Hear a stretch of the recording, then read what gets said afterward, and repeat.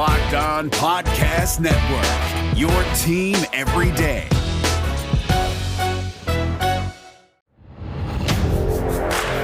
You are Locked On Big Ten, your daily podcast on the Big Ten Conference. Part of the Locked On Podcast Network, your team every day.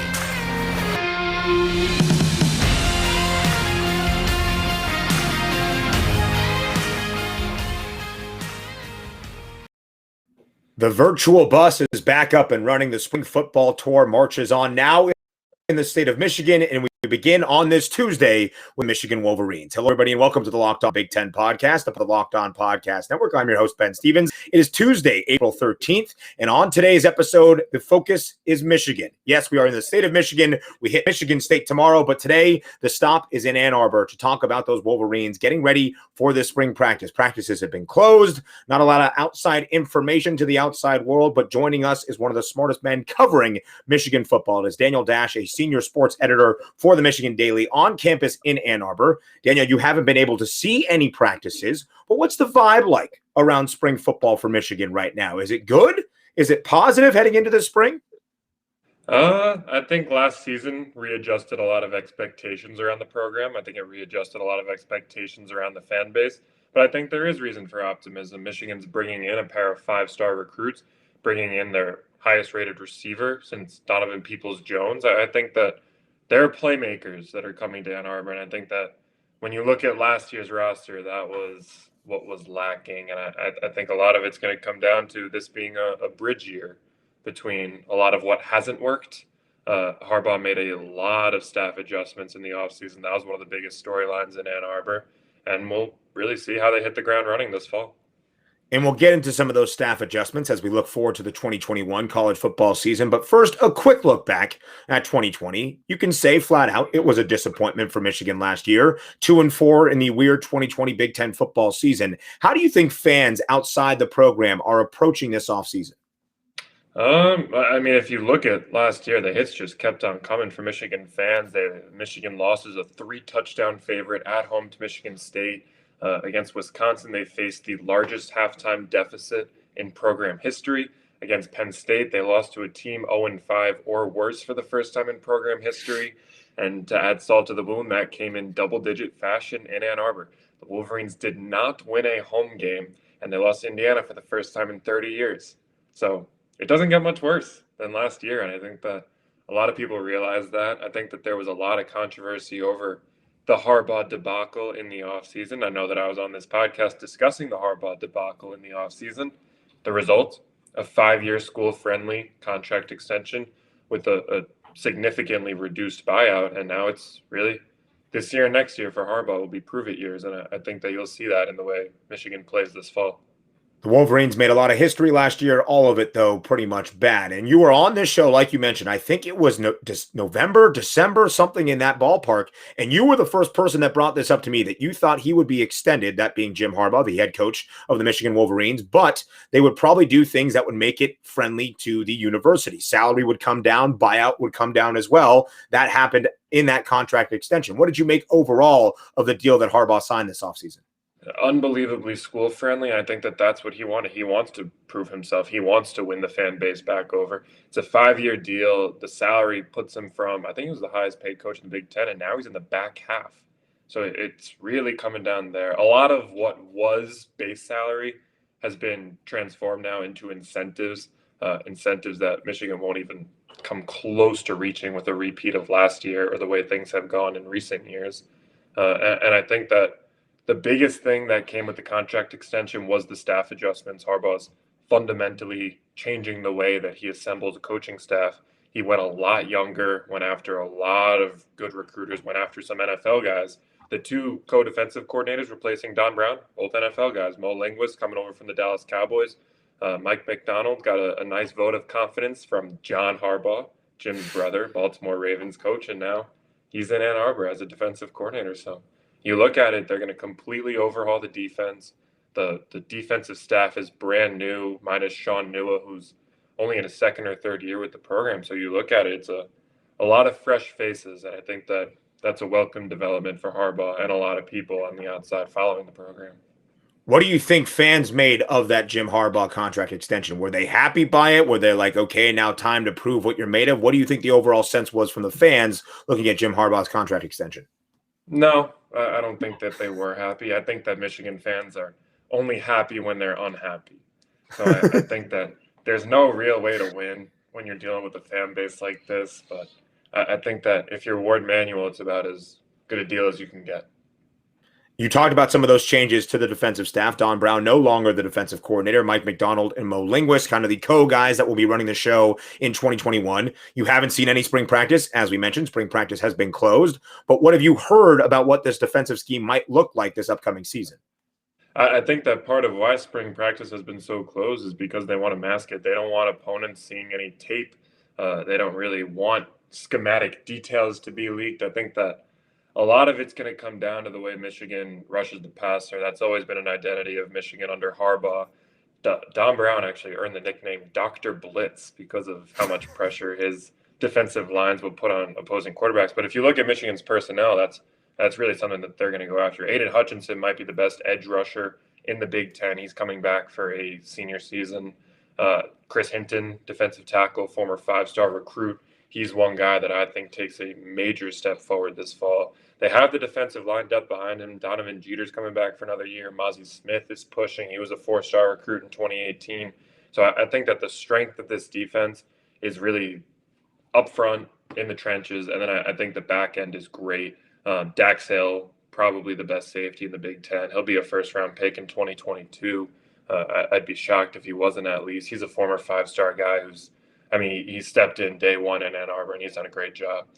He's a guy that, based on what they do with the new scheme, I think he's a candidate to see some time at nickel. R.J. Moten, a football and baseball player, interestingly enough, is probably going to start opposite Dax Hill. I think that Brad Hawkins is a candidate to get a lot of run back there in the secondary. So I think that if you look at Michigan's defense and you look at how they're going to build a scheme, you really have to start with those two focal points and really strong suits.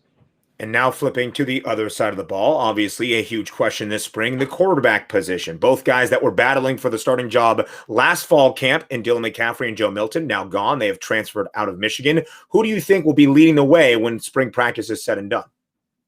Spring practice is done, and from everything I've heard and everything I've been told, I really think that Cade McNamara has a comfortable lead over J.J. McCarthy. I think J.J. McCarthy is going to be a superstar in the future, but in terms of physicality and understanding the college game and adjusting to defenses, I think that even coming from a prep school like IMG that was ranked number 1 in the country, it is a major leap to go start at a Power 5, let alone a Big Ten school as a freshman. And Cade McNamara did a phenomenal job last year. He led a double-digit comeback, granted against Rutgers. That was almost a bullet point on the all-time low Michigan season, but they scraped that one out in overtime. And I really think that Alan Bowman, a transfer from Texas Tech, has a legitimate chance to come for the job. I love the touch that he puts on the football. I think he does a great job leading his receivers. And if you look at the speed that Michigan has assembled at the wide receiver position, I think it's something that suits Bowman's style really well. So there are 3 legitimate horses in this race.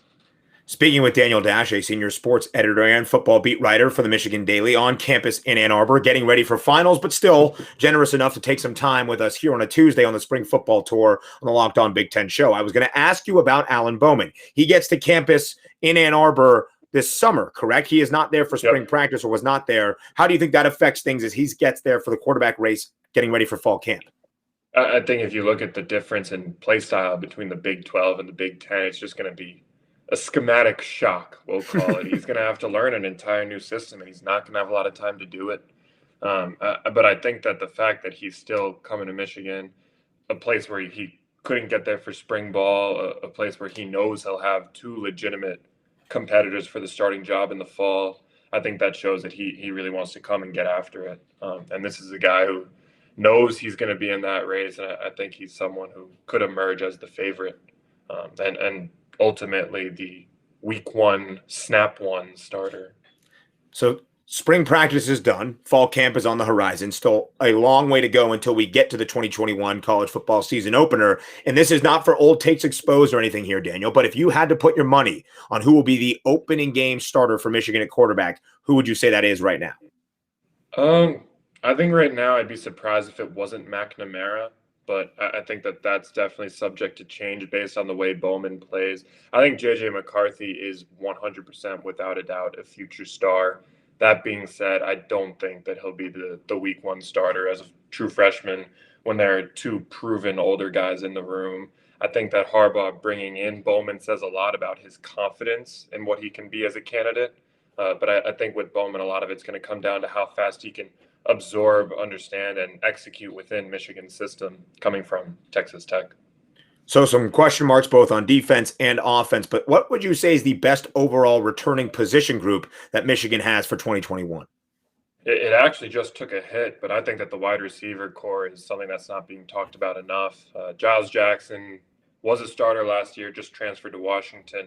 Ironically enough, the Huskies visit Ann Arbor on September 11th. So an interesting storyline heading into the Week 2 Big Ten Pac-12 meetup. But I get it. A California native who had surgery at the beginning of the offseason found himself a couple spots lower on the depth chart than he maybe anticipated. So went back home for a fresh start. But I think that Michigan's depth at wide receiver is pretty unbelievable. Cornelius Johnson is really the big body of the group. He had a great sophomore season last year, had a couple nice long touchdown grabs. He's someone that I was told played well in the spring game. He was catching passes from McNamara. And then I think that the speed at the position is pretty unbelievable. I think that A.J. Henning and Roman Wilson are two guys who really showed speed last year as true freshmen.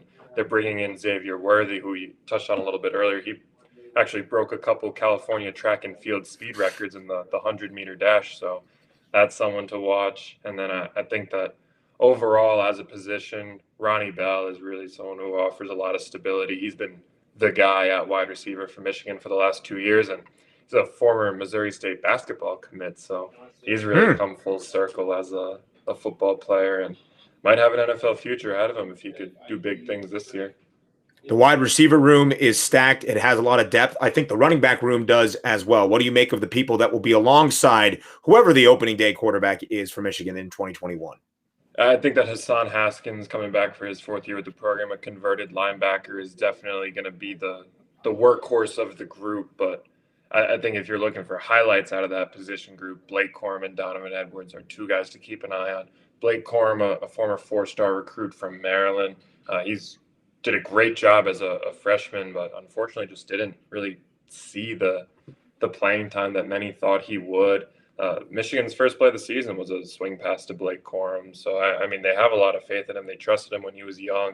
He took a jet sweep for a touchdown in a couple of the home games, and I think that just the way he gets to the edge and turns his speed up, and I mean, he gets upfield so fast that just making defenders miss on the edge seems to come natural. And then Donovan Edwards being a five-star recruit has a big billing to live up to. He's a local kid from West Bloomfield. I think Michigan's going to try to use him a lot in the passing game. I think that it wouldn't surprise me at all to see him line up in the slot. His pass-catching ability was something that recruiting services raved about, something that Michigan made a focal point of his recruitment. He seriously considered Oklahoma and Georgia, but in the end decided to stay home. And I think a big part of that comes from the fact that he trusts Michigan staff to use him in the passing game. And I think that if you look at the NFL now and you see that the impact that running backs have in the pass game, that's something that he wants to prove himself as. So I think that in Ann Arbor, that's going to be a focal point of his career. And that's something that he could very well see time as a freshman. So after a historically bad 2020, now that spring practice is done, do you think expectations at all for 2021 have shifted for Michigan, or are they still high and expect people to be where Wolverine football program generally is? I mean, they're not going to lose 2/3 of their games again this year. They finished 2-4 last year. They get 12 regular season games this year. I'll say they win 7 games. I'll make that my official Locked On Big Ten podcast prediction. I'll go with 7-5 in the regular season. Okay. And we still have a lot of football to go, a lot of fall camp to get through, then into the early part of the 2021 college football season as well. It should be a very exciting time. Good news for Michigan. Their first 4 games of the year, all at home. And that will be a lot of fun for Jim Harbaugh to hopefully welcome everybody back into the big house. Can you imagine the big house full once again in September? All the friends Harbaugh has made in his 6 years. You don't think they'd be excited to see him back on the sideline in the khakis in September in the big house? I think that's going to hinge on what the scoreboard says.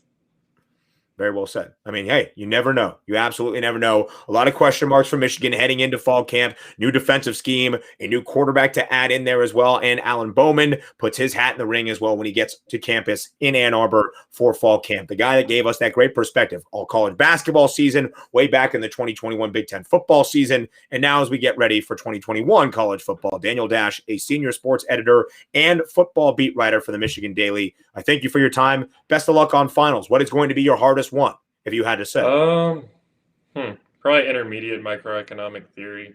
It's been nagging at me all semester, but we got a big day on April 27th to try to take that one down. Aren't you a journalist? What are you doing with whatever microeconomic theory you're talking about right there? I'm an economics minor. Okay, good to know. Just, to have it in the back seat, just in case you ever need it. Although I think your knowledge of all things Big Ten Conference is good enough that you will never need an econ major because, like me, I'm not a great math guy either. But that's why we trust in you. Daniel Dash, again, thank you very much for your time. I appreciate you having me on, Ben. Thank you.